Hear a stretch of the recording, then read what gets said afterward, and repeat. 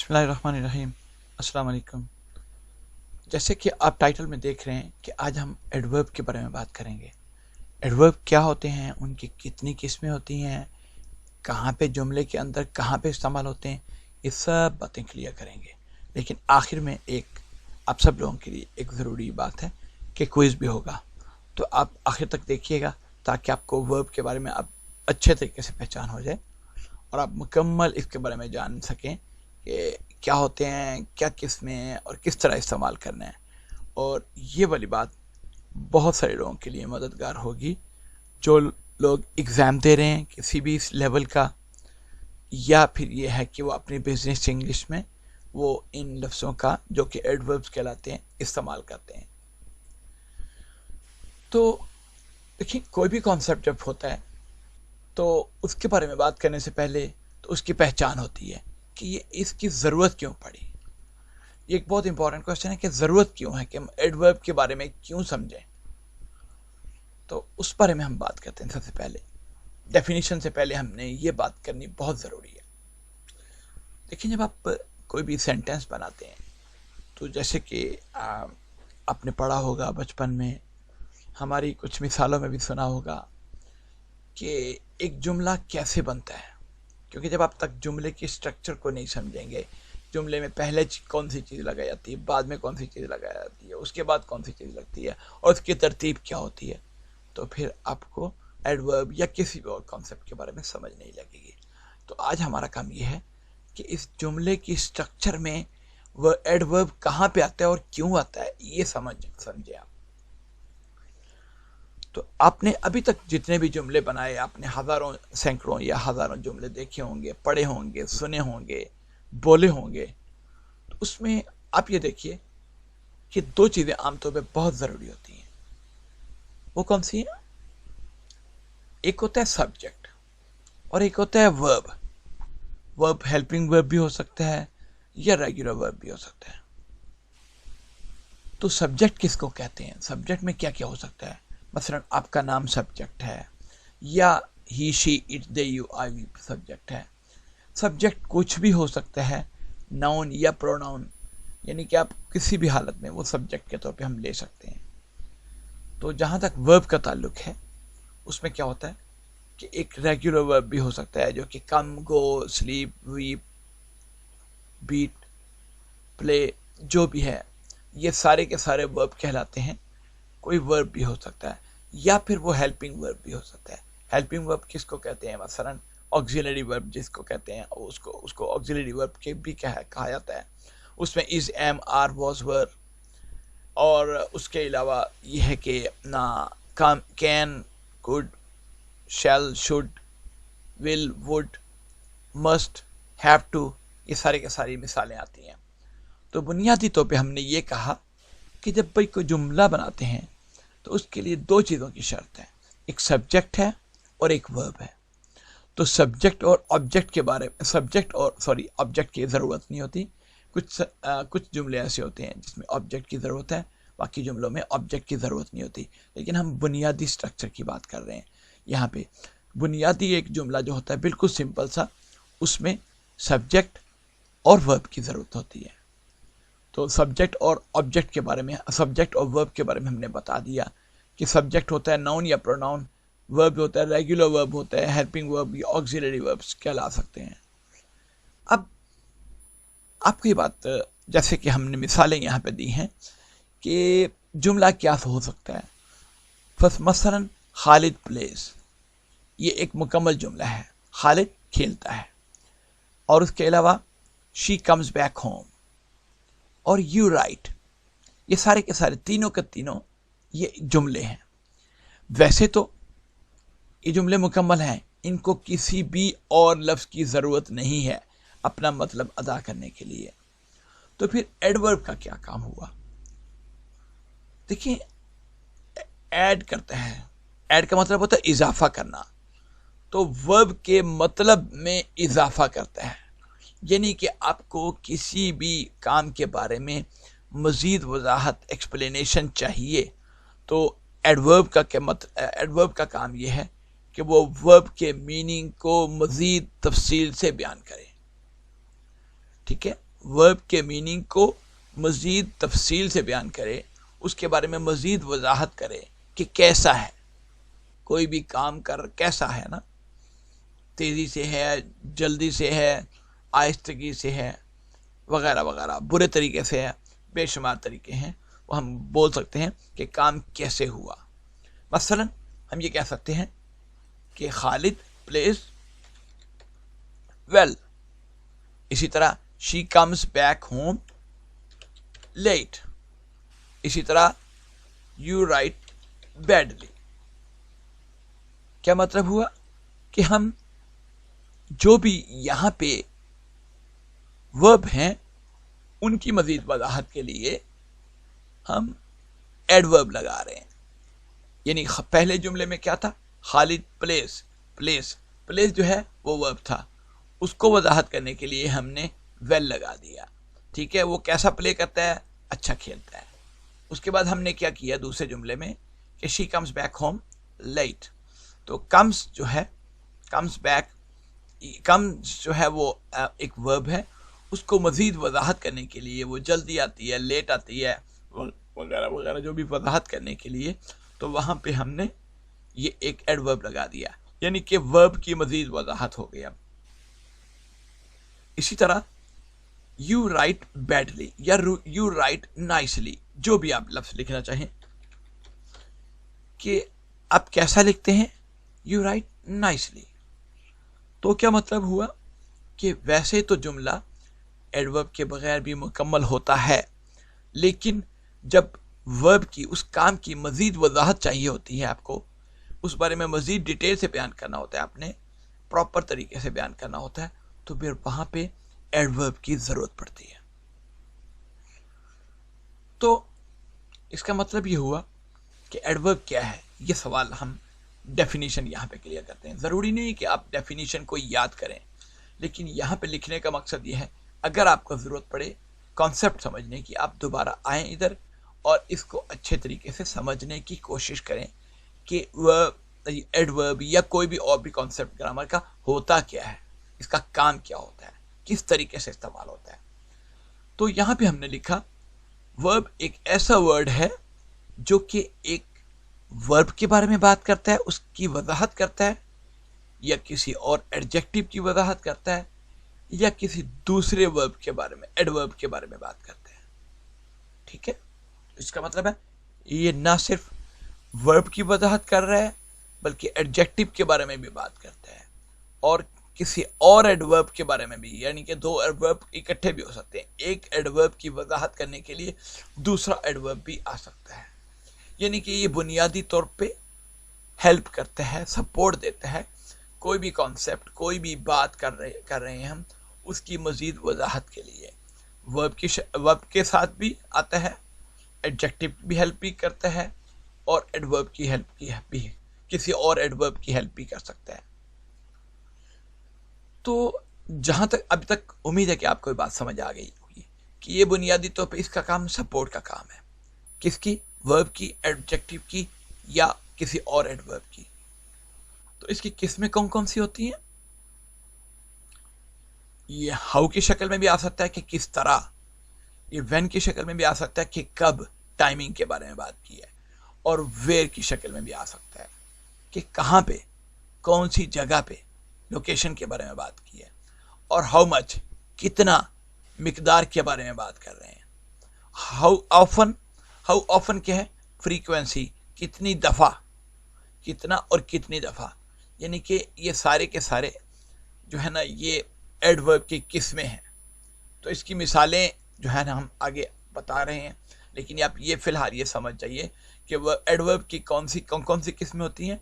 How की शक्ल में आ सकता है, व्हेन की शक्ल में आ सकता है, वेयर की शक्ल में आ सकता है, और हाउ मच यानी कि कितना, मिकदार के बारे में आ सकता है, कोई लफ्ज़ मिकदार के बारे में वजाहत कर सकता है, ये मिकदार की शक्ल में, या कितनी दफ़ा, हाउ ऑफन, ऑफन को ऑफ्टन भी बोलते हैं, वैसे वो गलत नहीं है। तो हाउ ऑफन ये कितनी दफ़ा, यानी कि मिकदार और उसकी तादाद के बारे में बता रहा है।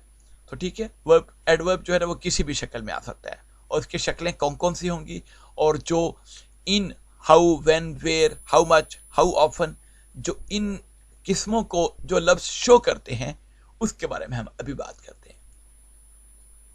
देखिए हाउ कि कैसे के लिए एक एडवर्ब की जो हमने लिस्ट अभी बनाई है आपके सामने नजर आ रही है, उसमें सबसे पहले है क्विकली। कैसे मतलब कि क्विकली, जल्दी। फिर उसके अलावा है पीसफुली, फिर है लाउडली, फिर है क्वाइटली, फिर है एंग्रीली, फिर है बैडली, फिर है वेल, फिर है फास्ट, फिर है सीक्रेटली, फिर है पेनफुली। तो ये सारी की सारी मिसालें किसी भी वर्ब की हालत को जाहिर करने के लिए हम इस्तेमाल कर सकते हैं मुख्तलिफ जुमलों में। ठीक है। उसके बाद ये व्हेन की शक्ल में भी आ सकता है कि कब, यानी कि टाइम के बारे में हम बात कर रहे हैं। मसलन नाउ, मसलन then, tomorrow, always, never, sometimes, rarely, soon, later, already, last और yesterday फर्ज करें।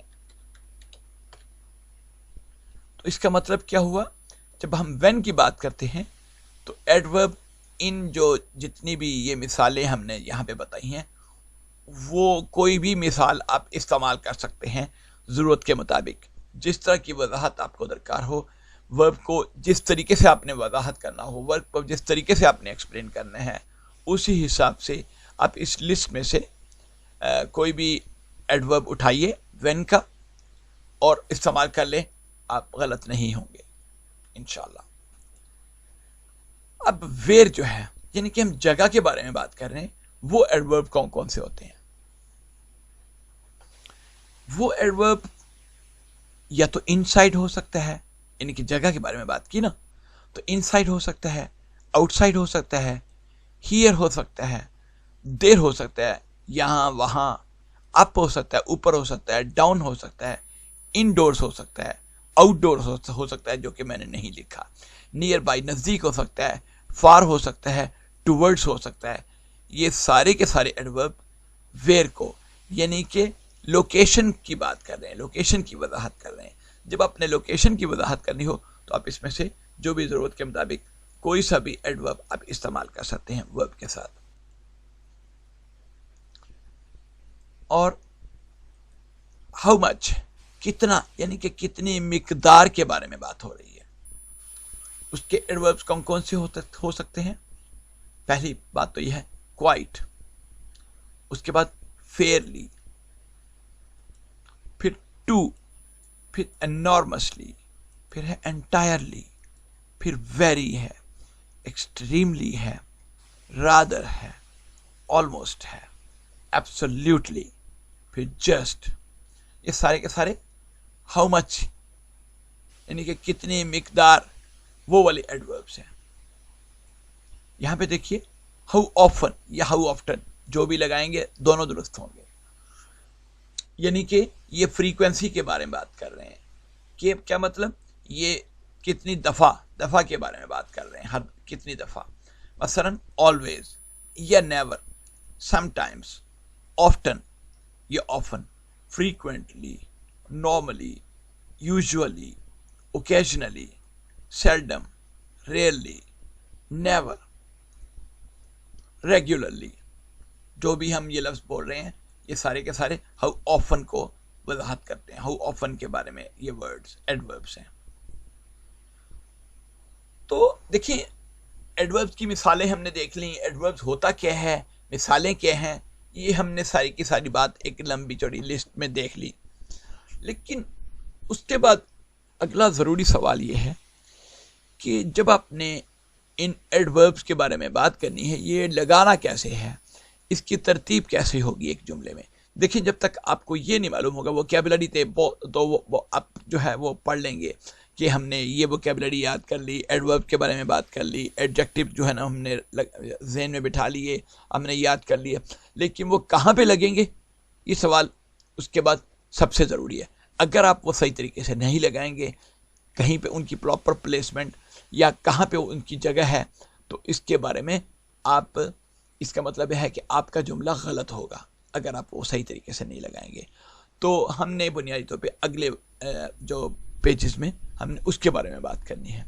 लेकिन अब सबसे पहले आपके लिए ये क्विज है कि ये 3 जुमले मैंने लिखे हैं, never I walk in the street, I never walk in the street और I walk never in the street. आपके ख्याल में कौन सा जुमला दुरुस्त है तरतीब के लिहाज से? पहला, दूसरा या तीसरा? जरा सोचिए, आपने कहीं पे पढ़ा इसके बारे में? जी, काफी आप में से काफी लोगों ने ये कहा कि आई never walk in the street. जो दरमियान वाला जुमला है वो तरतीब के एतबार से दुरुस्त है। वो क्यों दुरुस्त है, हम इसकी वजाहत अगले पेजेस में कर रहे हैं।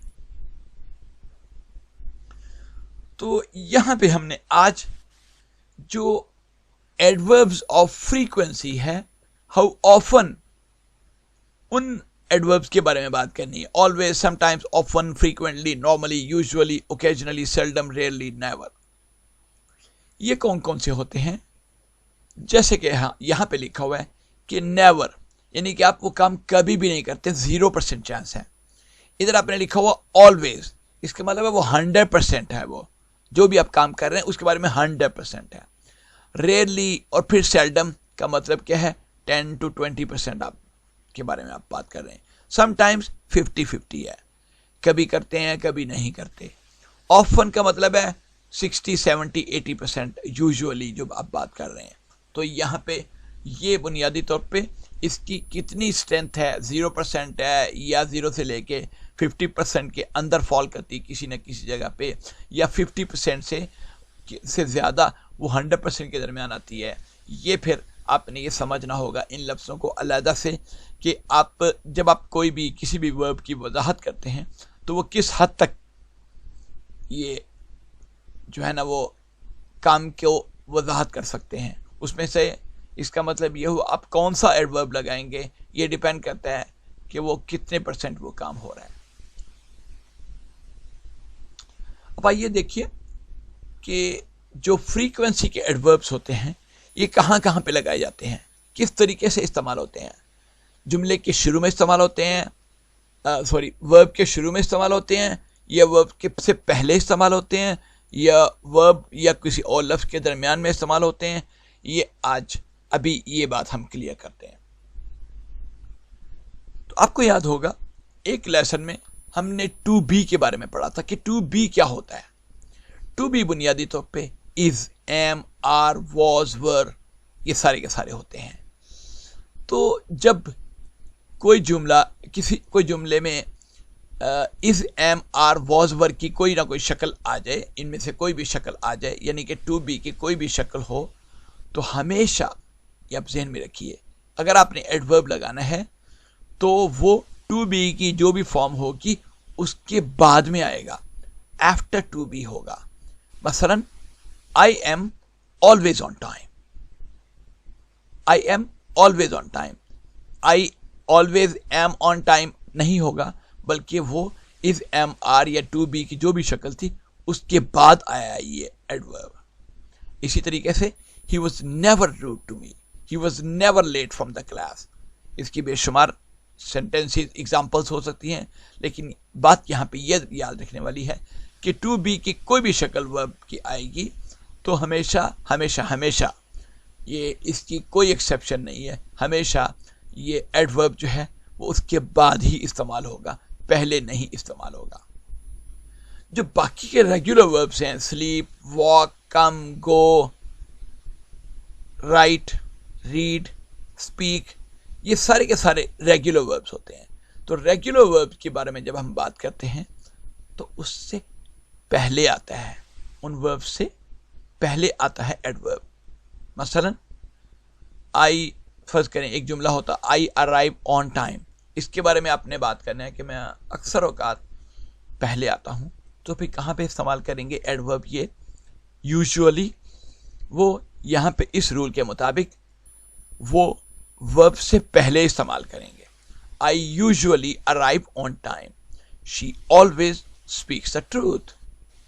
ये वर्ब्स हैं, अराइव या स्पीक्स, तो तो उससे पहले ऑलवेज या यूजुअली या नेवर, जो भी आपने एडवर्ब इस्तेमाल करना होगा वो हमेशा पहले आएगा। तो हमने इस पेज में क्या देखा कि जब टू बी की शक्ल आ जाए वर्ब की, तो फिर तो हमेशा बाद में आएगा एडवर्ब। जब बाकी रेगुलर वर्ब्स हों तो उनकी वजाहत करने के लिए एडवर्ब जो है वो हमेशा पहले आएगा। यहां तक तो बात क्लियर हो गई। अब तीसरा पैटर्न कौन सा है? देखिए, कुछ मॉडल वर्ब्स होते हैं, ऑक्सिलरी वर्ब्स इनको कह सकते हैं, हेल्पिंग वर्ब्स कह सकते हैं। मसलन विल है, वुड है, शैल है, शुड है, can, could, be able to, may, might, must have to. जब इस तरह के हेल्पिंग वर्ब्स आ जाएं किसी जुमले में तो क्या होगा? तो फिर हम किस तरीके से लिखेंगे, एडवर्ब को कहां पे इस्तेमाल करेंगे? तो देखिए, इस जुमले में इन जो सारी जुमलों की एग्जांपल्स हैं, हम ये बता रहे हैं कि जो हेल्पिंग वर्ब्स हैं, यानी कि जो भी हेल्पिंग वर्ब्स हैं ये सारे के सारे, यानी कि ये किसी और वर्ब की हेल्प कर रहे हैं। तो क्या होगा, इन हेल्पिंग वर्ब और जो रेगुलर वर्ब है उसके दरमियान में, ठीक है, उसके दरमियान में ये हमारा एडवर्ब आएगा। क्या मतलब? आई विल, जो कि हेल्पिंग वर्ब है ना, विल हेल्पिंग वर्ब है। लव माई मदर फर्ज करें आता है, तो लव जो है वो एक रेगुलर वर्ब है।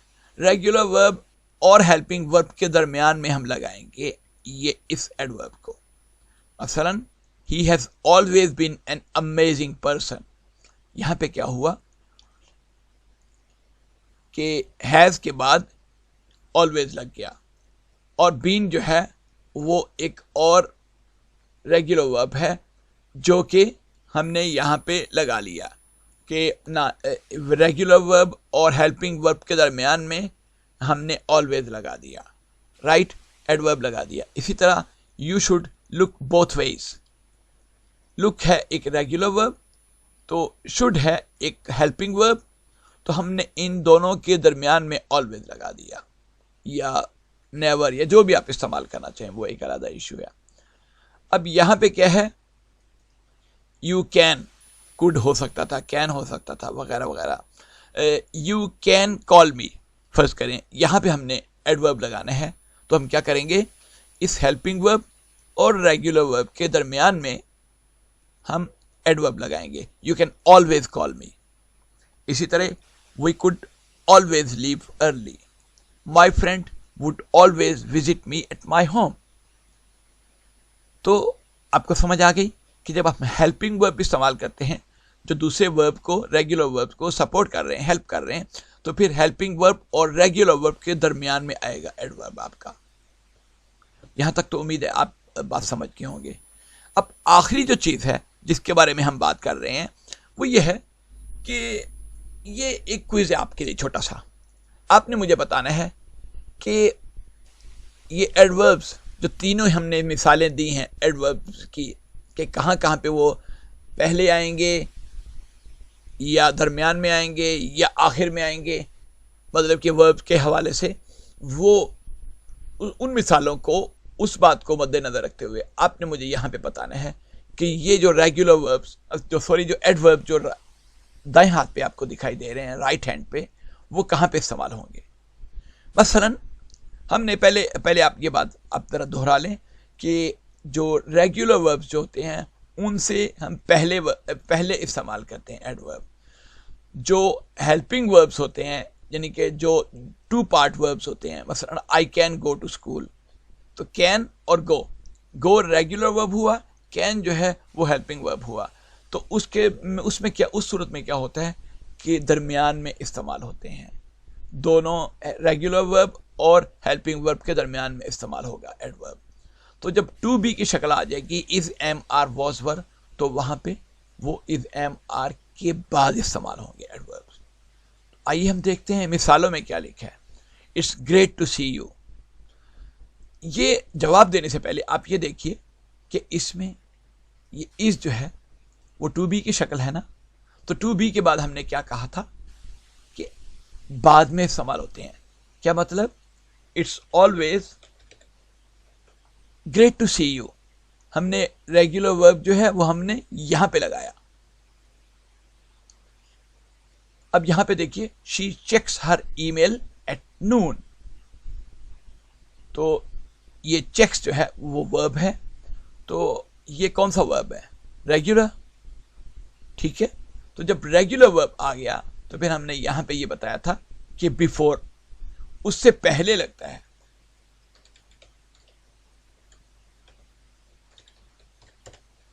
ये एडवर्ब जो है वो रेगुलर वर्ब से पहले लगता है। इसी तरीके से आप देखिए, I will agree to that price, I will agree to that price. यहां पे क्या हुआ, ये एक हेल्पिंग वर्ब है और आगे क्या है, एग्री जो है वो एक रेगुलर वर्ब है। तो हमने यहां पे ये बात की थी कि जब टू पार्ट वर्ब्स आ जाएं, यानी कि एक हेल्पिंग वर्ब है प्लस एक वर्ब है, रेगुलर वर्ब है, तो हम उसके दरमियान में, बिटवीन, दरमियान में इस्तेमाल करते हैं। तो I will never agree to that price, ये हो जाएगा इसका जवाब। बात क्लियर है? इसी तरीके से अगली मिसाल है, इट्स कोल्ड इन मार्च। यहां पे हमने यूजुअली के जो रेगुलर वर्ब है कहां पे इस्तेमाल करना है? पहले, सबसे पहले इसको इस्तेमाल, इसका जवाब जानने से पहले आप ये देखिए कि इसमें वर्ब कौन सा आ रहा है। तो ये देखें कि ये टू बी की एक शक्ल आ रही है, इट इज ना, is am are was verb मैंने जो बताया था। तो जब ये शक्ल आ जाए तो फिर हम क्या करते हैं कि उस टू बी की जो भी वर्ब होता है उसके बाद इस्तेमाल करते हैं, जैसे कि ऊपर लिखा हुआ है, इट्स यूजुअली कोल्ड इन मार्च। ये बात समझ आ गई? इसी तरीके से you should confirm your flight. तो क्या हुआ कि ये टू पार्ट वर्ब है, शुड और कंफर्म। कंफर्म रेगुलर वर्ब और शुड जो है वो हेल्पिंग वर्ब। तो हमने यहां पे क्या लिखा था कि दरमियान में आ जाएगा। उसके बाद he calls me yesterday, he calls me on Saturday, sorry. तो यहां पे क्या है, कौन सा वर्ब है? रेगुलर वर्ब है। तो हमने क्या कहा था, जब रेगुलर वर्ब की शक्ल में हमने बिफोर, पहले लगाना है। ही often calls me on Saturday. Often जो है वो यहां पे एडवर्ब आ गया। इसी तरीके से ये शुड जो है, सॉरी शुड नहीं, शुड तो खैर रेगुलर है लफ्ज, लेकिन ऑलवेज जो है वो हमने शुड और ऑलवेज कंफर्म के दरमियान में इस्तेमाल किया। राइट? क्यों इस्तेमाल किया? जैसे कि हम पहले वजाहत कर चुके हैं कि जब टू पार्ट वर्ब्स होते हैं तो हम दरमियान में इस्तेमाल करते हैं एडवर्ब को। तो दोस्तों, उम्मीद है आपको आज की बात समझ आई होगी। आप इसको अच्छे तरीके से समझें, इसकी मिसालों पे गौर करें, और ये जो 3 रूल्स बताए हैं इनके कोई एक्सेप्शन नहीं है। जब भी आप फ्रीक्वेंसी के एडवर्ब्स के बारे में बात करेंगे तो यही तीनों रूल्स अप्लाई होंगे। तो उम्मीद है कि आज का लेसन आपको पसंद आया होगा। आप इस बारे में कोई भी कमेंट हो, कोई भी क्वेश्चन हो, तो आप नीचे कमेंट सेक्शन में बताइएगा। तो हमें आपकी राय का इंतज़ार रहेगा। तो इंशाल्लाह अगले लेसन के लिए अल्लाह हाफिज़ और मिलते हैं। अस्सलाम वालेकुम।